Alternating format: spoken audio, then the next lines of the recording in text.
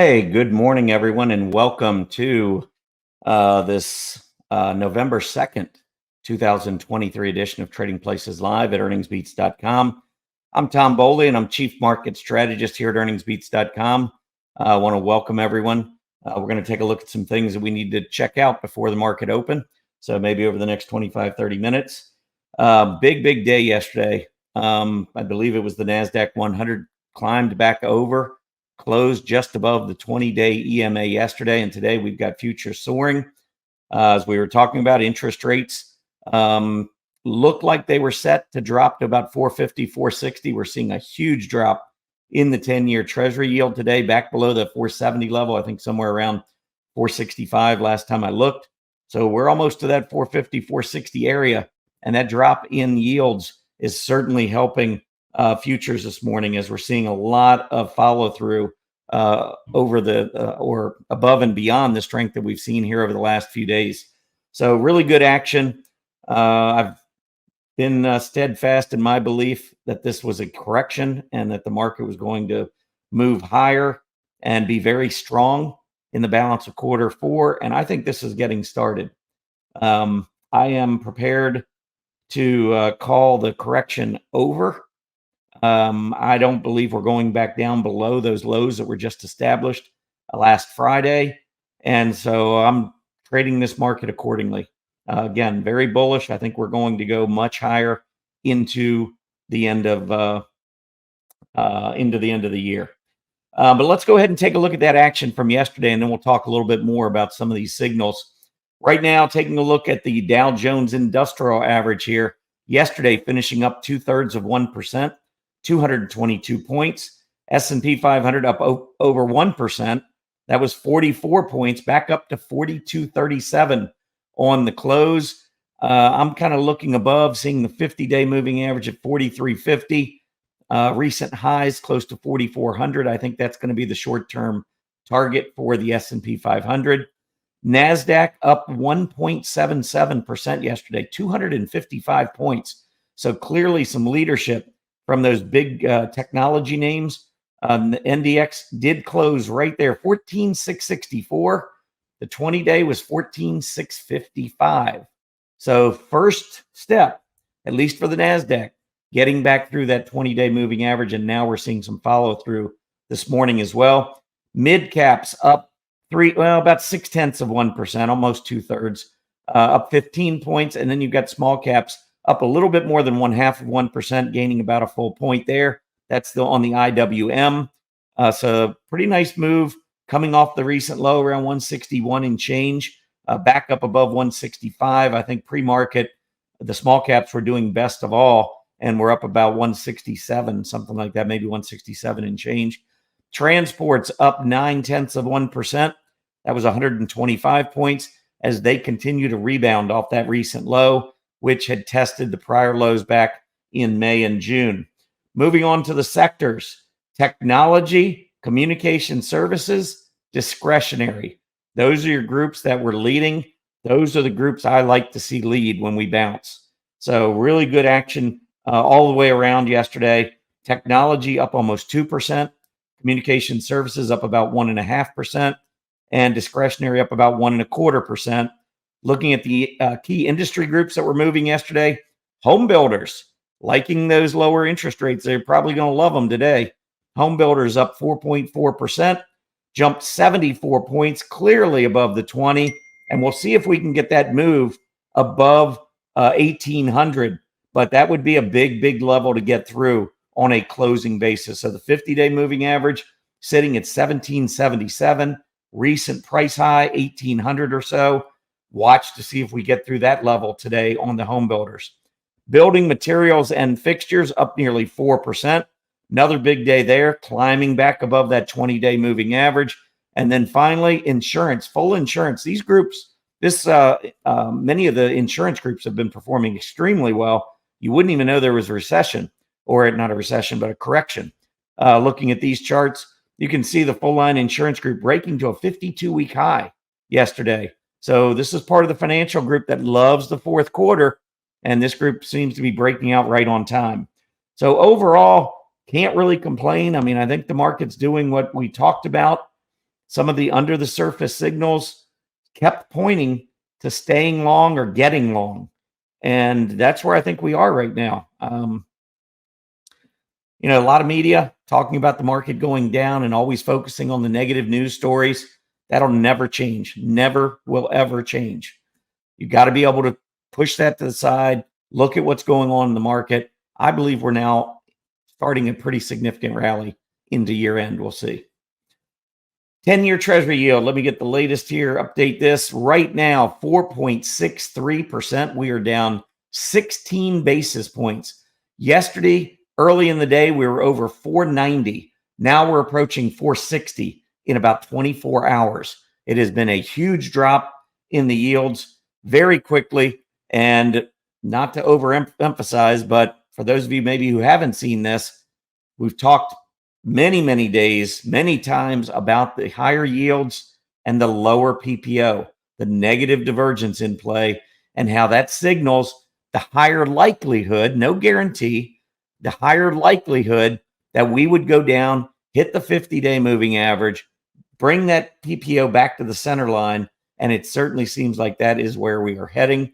At that point, all bets are off. Maybe we go through, below the 50. Maybe we go below zero. But what we're looking for initially, when you see the signs of slowing momentum, is you're looking for that 50 period test and a PPO centerline test. And I think that's what's on the way here. The S&P 500. And by the way, let's talk first about economic reports. Initial jobless claims. A couple of reports came out just a few minutes ago, actually about 30 minutes ago. Initial jobless claims were expected to come in at 213,000. They came in at 217,000, so a little bit higher than expected there. And then we also had productivity and costs coming in. The non-farm productivity, the annual rate for quarter three, 4.7%. The consensus was 4.2. So very strong productivity. Unit labor costs, annual rate. You ready for this one? Expectation was for a rise of 0.7%.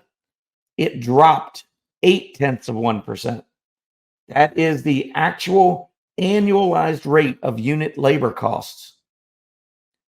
That is a signal that inflation is perhaps falling even further and more quickly than what we've been talking about here on the show. So nothing but good news really going around. Most companies beating earnings, inflation coming down, growth stronger than expected, big non-farm payrolls report coming out tomorrow morning. I don't know exactly what I want to see. Obviously, I want to see a good report. I don't know that I want to see it overly strong.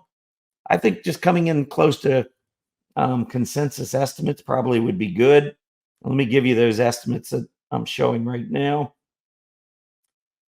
Non-farm payrolls for October expected to come in at 183,000. Prior was 336,000. So we're expecting a little bit lower number this month. Quite honestly, it probably wouldn't be horrible to see a positive number that was a little bit lower than that number, just because we had a high GDP come out last week, and the Fed really follows these payroll numbers pretty closely. So maybe coming in a little bit less on there, maybe would buffer that really strong GDP from last week. That's maybe what I'm thinking. I mean, I don't think a little bit above this number would be a bad thing either. But what I've been talking about in recent weeks is if you've got a relatively strong economy, and I think the GDP last week shows it might even be better, stronger than any of us think. And you're also getting inflation under control. Inflation's coming down. Historically, that is really bullish. That's nirvana for U.S. equities. And that might be what we're seeing here develop over the last 3 days and with futures so far this morning. Of course, we don't know where we're going to close today. We got non-farm payrolls tomorrow. I'm not saying the market's going to be that it has to be a straight up move, but I would be really surprised if we go back down below 4,100 on the S&P 500 at this point. I think we've now got momentum back to the upside. We're going to open back above moving averages. I think that's really important. And to sustain it into the close would be really big. And again, with that non-farm payrolls report on the doorstep, ready to be released tomorrow morning. Okay, so S&P 500, looking at this chart, we are still in the downtrend. So let's temper some of the enthusiasm. I mean, I'm feeling pretty good right now about the way the market is unfolding, but we do continue we have to respect a couple things in the market like this. I mean, there's no doubt we are still in a channel. The problem is, just like in 2022 during the cyclical bear market, if you wait for price action to get all the way back up and break out, I mean, here, even if it breaks out above the channel, then you're going to be looking and saying, well, I still need to get through this last price high because we're in a series: lower low, lower high, lower low, lower high, lower low. So we don't really break the downtrend until we get back up through 4,400. But the problem is, if you wait until you get up to 4,400, you're missing this entire move back to the upside. So my signals have been telling us to look for a bottom, and didn't exactly develop. I mean, in a perfect world, I would have rather seen a big long tail below this channel, maybe coming back with a hammer, something like that. Here, we just kind of finished and kind of bounced off of it. And I was looking back. I mean, here we finished with 2 red candles, and then, you know, that ended up being the bottom there. I mean, here a bottom formed with a low red candle. It's not like every bottom is going to form with a reversing candle. It's just, you know, if I'm looking for a bottom, it just makes me feel better about seeing a bottoming type candlestick. But this move back up, getting up to the 20, and now perhaps getting back through the 20 across many, if not most, of our major indices, I think would be a really big step in a bullish direction. All right, moving on, NDX, NASDAQ 100, pretty much the same thing. But again, you're going to wait to take out the most recent high. You got to get all the way back up to 15.3. And at that point, you're not far from the high that we saw in July. So, you know, I'm a technician and I follow the price action, but I really use my beneath the surface signals to decide when I want to get back in. And as I've been pointing out, as we keep trending lower in the major indices, we've been trending higher in some of the sustainability ratios, I like to call them, which are my growth versus value, aggressive versus defensive, or offensive versus defensive ratios. And all of those were telling us that this selling in the S&P and NASDAQ was not going to last.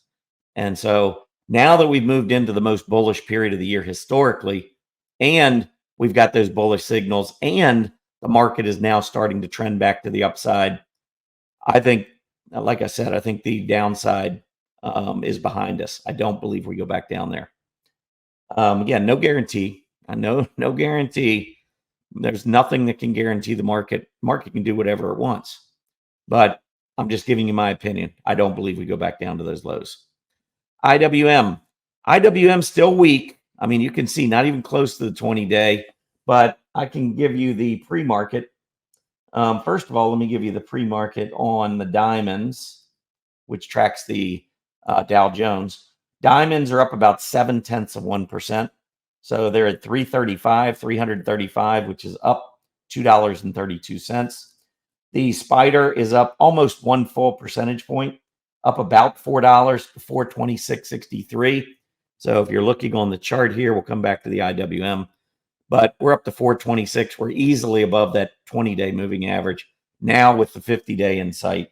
And of course, jumping above the 20-day, if and when we pull back, what happens at that 20-day? If we bounce and go back to another high, that really is starting to show bullish characteristics. QQQ, which tracks the NASDAQ 100, up 1.35%, $4.83 to 361.79. So 361.79 is actually only about $2.25 away from the 50-day moving average. So that's how quickly this market has moved from recent lows to perhaps getting through both moving averages. 4 days. Pretty impressive. And then the IWM, which is what we were talking about. IWM up 1.3%, trading at 167.63. So still just a little bit below the 20-day, which is at 168.43. So here's your laggard. And if you want to watch the groups that are really important in the IWM, I mention this all the time, follow the KRE, starting to strengthen a little bit. It's got some work to do, and the XBI. These are two areas of the financials and healthcare, more specifically banks and biotechs, that make up about 15% of the IWM. They're the two largest industry groups. So XBI starting to make a move. Let's see if this gets back through the 20, and then also the KRE. If that happens, I think we got a much better chance of the IWM trying to play some catch up with the other major indices. All right, keep moving. Transports. What about those transports? Well, you can see clearly we're still in a downtrend, but just as clearly 3 days in a row of up action. And pre-market, let me see what the IYT is doing. Actually, IYT is down pre-market. We're seeing transports getting hit with the IYT down about 0.8%. So just to give you some context on how the IYT trades versus the transportation average, you can see it's pretty similar. And the IYT down to 216.72. Very interesting. We'll see. I'm going to see where the low was yesterday. 216.11. So to keep this uptrend in play, what I'd like to see on the transports, even with that gap down, is a very rapid recovery after the open. Anyway, so that's transports. Let's take a quick look at the sector summary. Give you that real quick.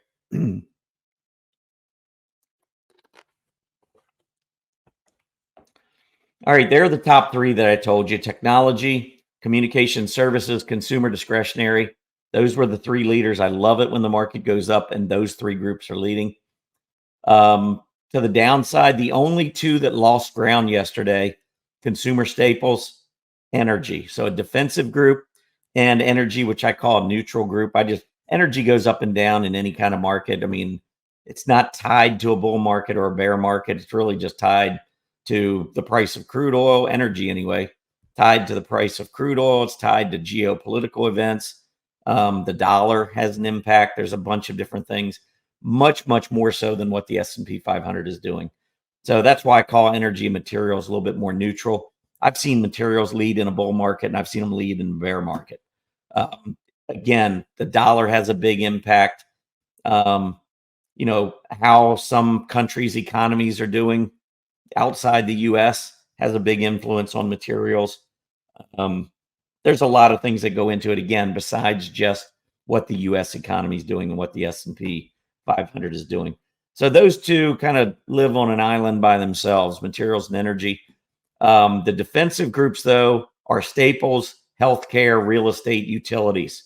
And those were basically taking a back seat to the aggressive areas, which are technology, communication services, consumer discretionary, financials, and industrials. So all in all, I thought the sector leaderboard yesterday was really good, supporting this move to the upside. Of course, it's just 1 day. Looking back over the last week, you can see real estate still up at the top, consumer discretionary getting close, technology moving up, getting close. And of course, we had a couple of really bad days at the end of last week. That's these two groups should move up even more as we get further into the week, if we look back in that 1 week window. But down to the downside over the last week, you can see the three groups that are lagging: consumer staples, defensive; healthcare, defensive; energy, neutral. You're not seeing losses in any areas that are more aggressive. So again, I think things are turning here, at least it seems to me, and that's what I've been expecting. I've been waiting for it. I've been talking about patience since July.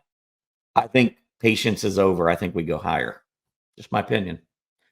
All right, moving on. Let's talk a little bit about the chart of the day. So I've got one here for you. But if you like the chart of the day, we do send out emails to anyone on our EB Digest. It's our free newsletter. I do it because I try to provide education, try to give back to the community.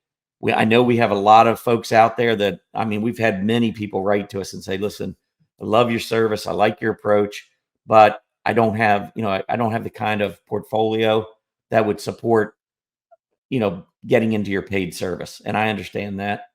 But we're worth what we charge. But I want to be able to help folks. And so this is one of the ways I'm able to do that through this EB Digest. So please, if you haven't done anything else, sign up.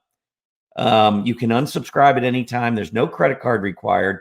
All you have to do is go to EarningsBeats.com, scroll down, and right here you'll see name, email address, subscribe button. It's that simple. That's all you have to do to get subscribed, and then we'll start sending this out. We try to get it out in the mornings before the market opens. We're not always successful. I got a lot of things going, so I try to get it out before the market opens, but usually if it's not out before the market opens, it's normally my fault.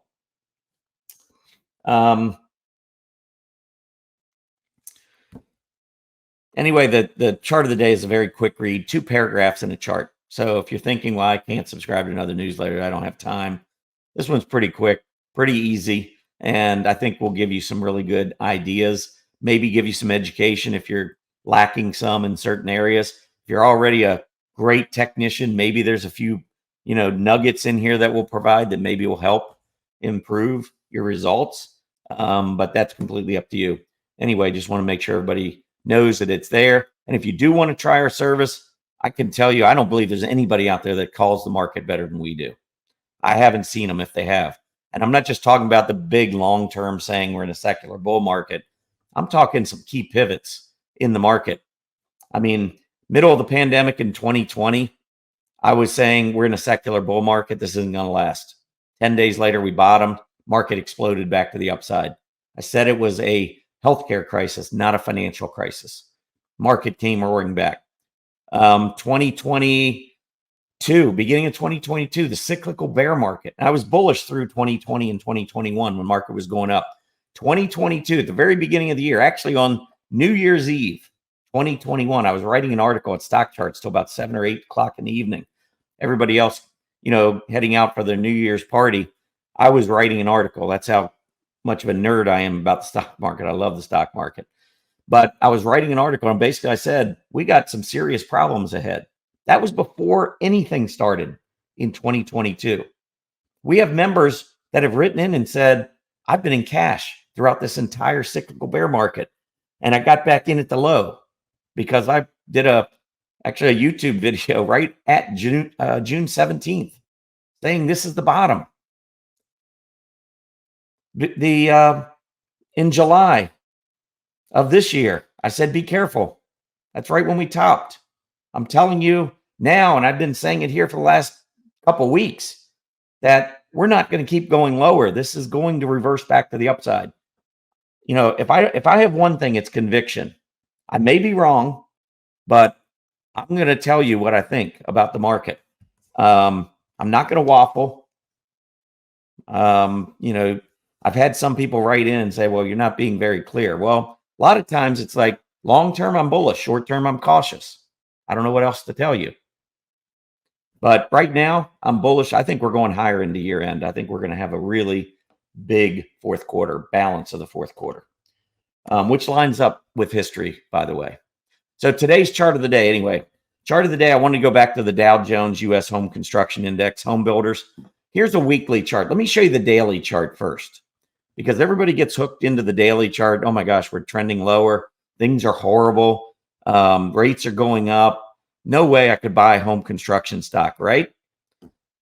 I didn't like home construction for a while because I did think we were going into like a new, I don't know what the right, new environment for interest rates that we hadn't seen in a while. I didn't expect interest rates to go to 6, 7, 8%. I wasn't looking for that. But even when we broke out, I think back at around 4 or 4.5, I said, this is a new environment. We could go to 5%. And we went right up to 5%. Negative divergence form. Now I believe we're coming back down a little bit. But if you look historically, I mean, yeah, we don't like 7-8% mortgage rates. We'd much rather have 2.5, 3. But that was an outlier. 1960s, we had rates like that. Currently, or last couple of years, we've had rates like that. That's not normal. The market can survive with a 7 or 8% mortgage rate. I mean, it can.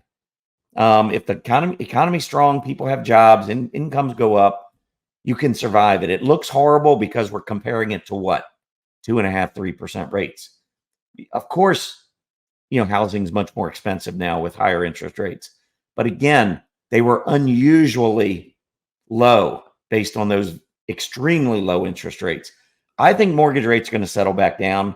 We're not going back down to 2.5, 3. I feel pretty comfortable saying that. But I wouldn't be surprised if mortgage rates dip back down somewhere between 5.5, 6.5, maybe 7 from the 8s or wherever they've been. I think we could go back down a little bit over the course of time. Sometime in 2024, I believe we'll be down to maybe 6%. Maybe we'll go a little lower on mortgage rates.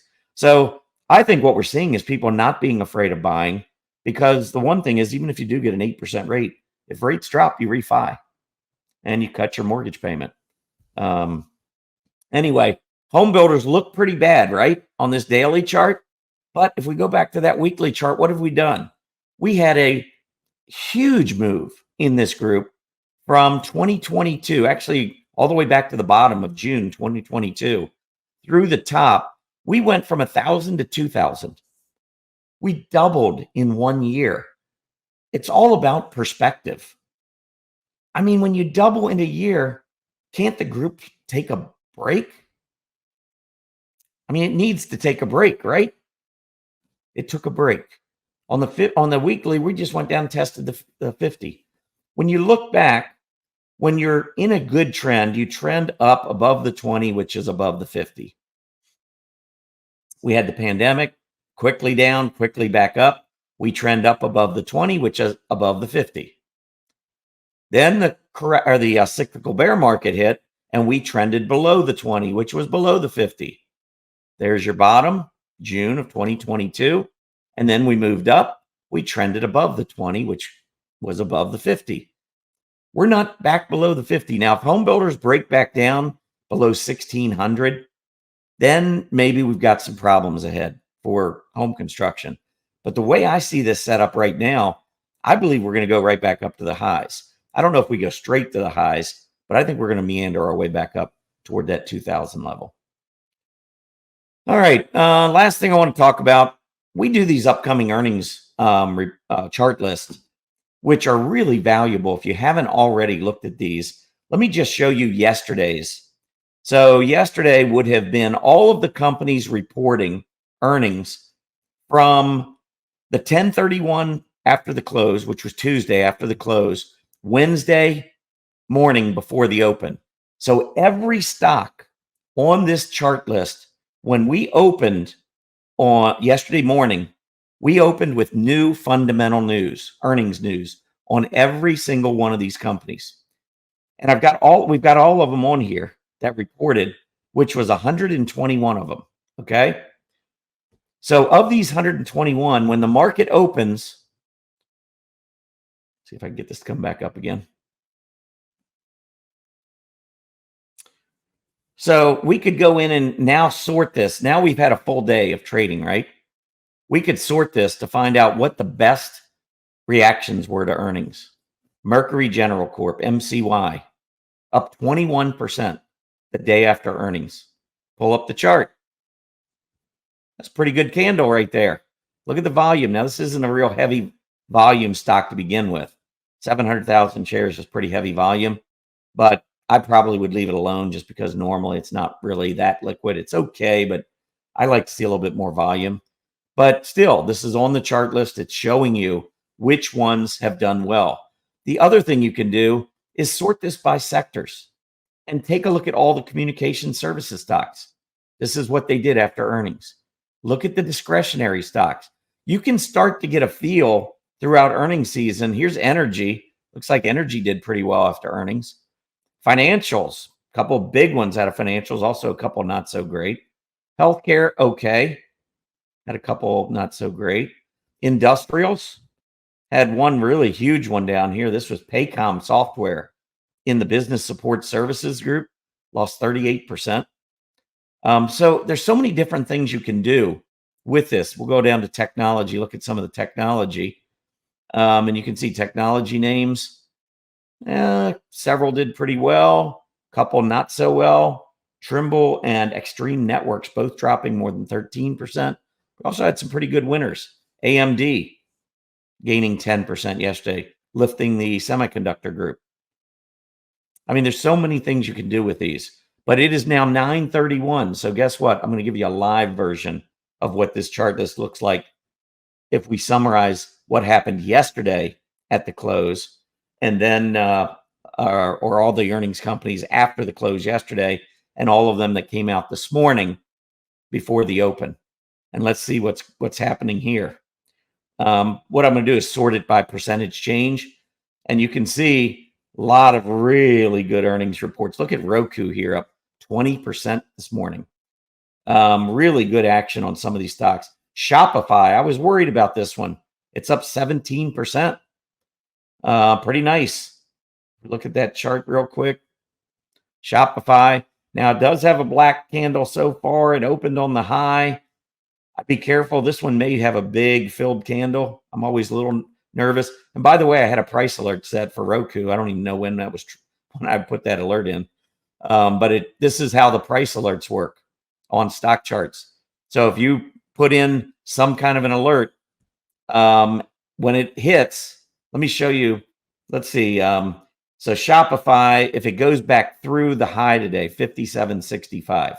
So let me show you how this works. 57.65. Go down here to your alerts, new.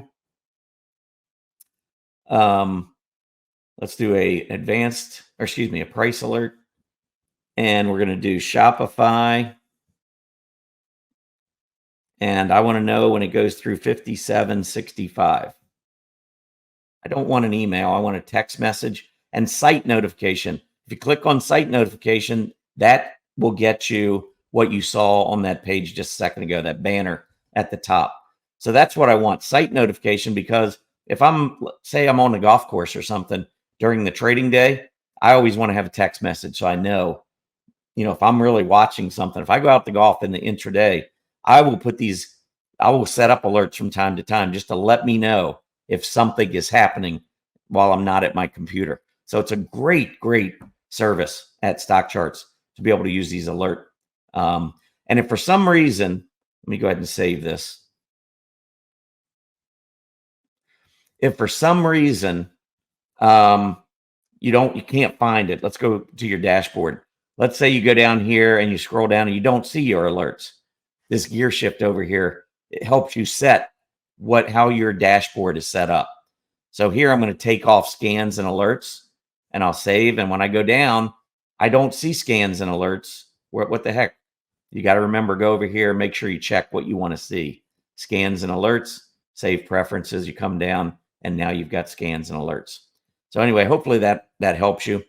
But again, let's take one more look at that Shopify and just see. It's come down. It's a little bit off the low now. But if it goes back through 57.65, I'll get an alert. It'll trigger. So pretty cool feature.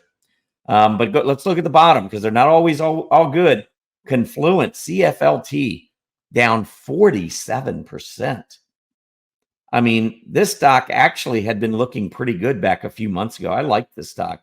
But the last 3 or 4 months, look at the relative strength dropping. And now we know why. Stock getting hammered. So we've seen the big Wall Street firms moving out of it into earnings. Never a good sign. Or at least not from a risk standpoint. I don't like the risk of being in. Another one yesterday, I said, be careful with Moderna. Stock gap down. It's down 12% today. Another one I said, be careful with Crocs. Crocs, look at the relative weakness here. Before earnings, we had gone down to a 52-week relative low.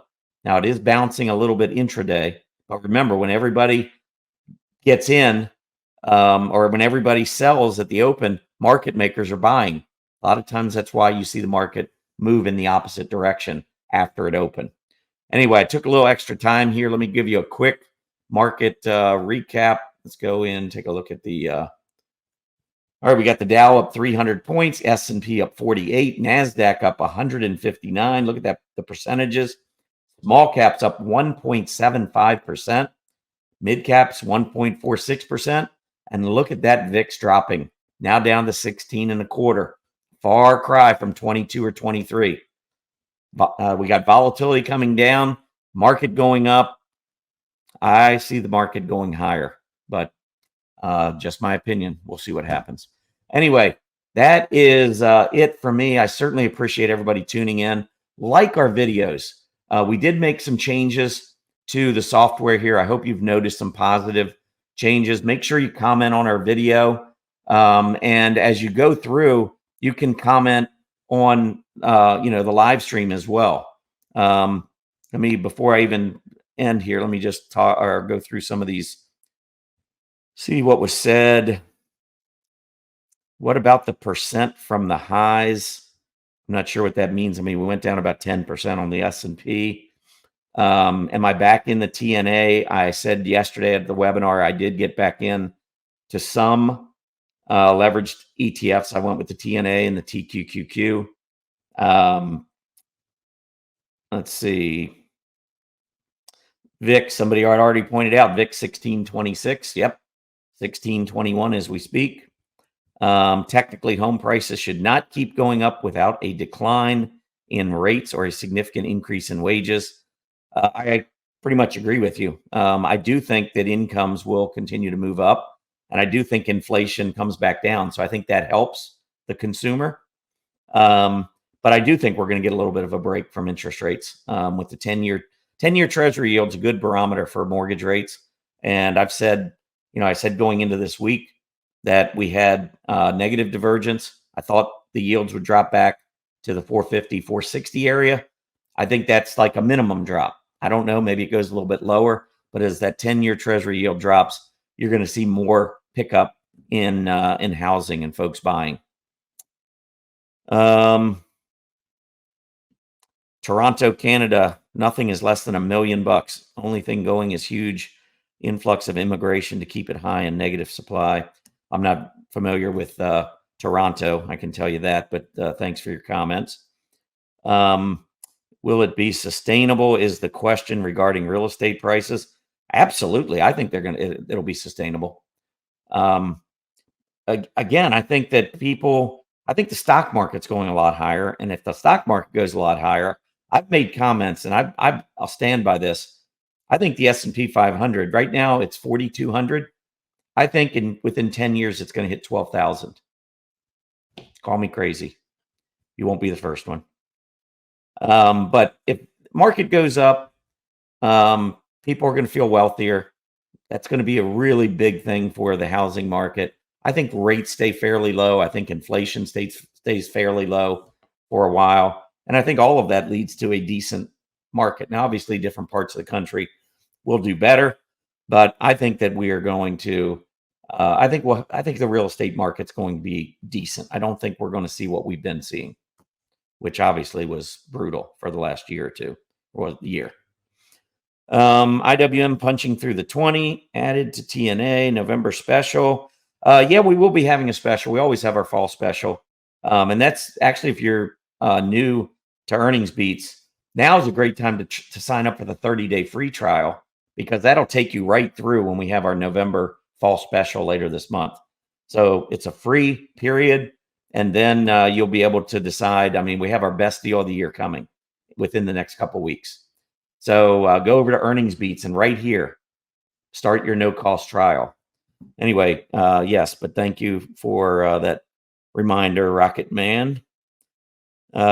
Great live stream. Thank you very much. We appreciate that. And everybody, listen, please like the video, subscribe to the channel. It really helps us. So even if you're someone that maybe is in that category where you really can't afford our service, or it's just you don't know if it's for you, I feel it's for everybody. I really do. Obviously, if you got $1,000 in your portfolio and you're trying to build something, it's really tough to pay us our fee. I get that. But, you know, that's why we have the EB Digest. We want to make sure that we are, you know, reaching out to everyone, trying to help everyone. But we do everything we can. Anyhow, appreciate your support and loyalty. Thank you, especially to all of our paid members. That's why we're here, and that's why we're able to do what we do. So have a great day, everybody. Let's hope this bullish market continues. We're in a bullish time frame. We'll see what happens. Have a great day, everybody. Happy trading.